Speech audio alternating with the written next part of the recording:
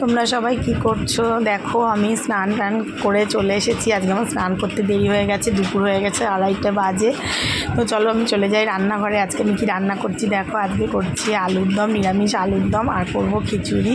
এখানে আমি আলুর দম বসিয়ে দিয়েছি, সমস্ত মশলা টশলা দিয়ে, টমেটো দিয়ে কষাতে বসিয়ে দিয়েছি।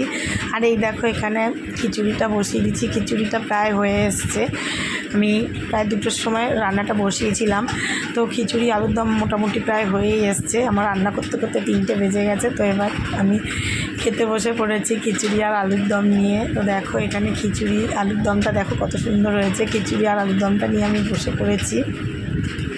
এবারে বাড়িতে কেউ নেই, স্বামীও নেই, সন্তানও নেই, সব নিয়ে গেছে স্কুলে, আর স্বামী গেছে কাজে। তো এখন কি করা যায়? তো চলো কাকে বলবো খেয়ে কেমন হয়েছে, কেউ তো ঘরে নেই, তো আমি বলি কেমন হয়েছে। সত্যি কথা বলতে একদম অসাধারণ হয়েছে খিচুড়িটা। কারণ বাইরে বৃষ্টি পড়ছে, তার মধ্যে পুরো ভোগের মতো লাগছে। খুব ভালো হয়েছে খিচুড়িটা।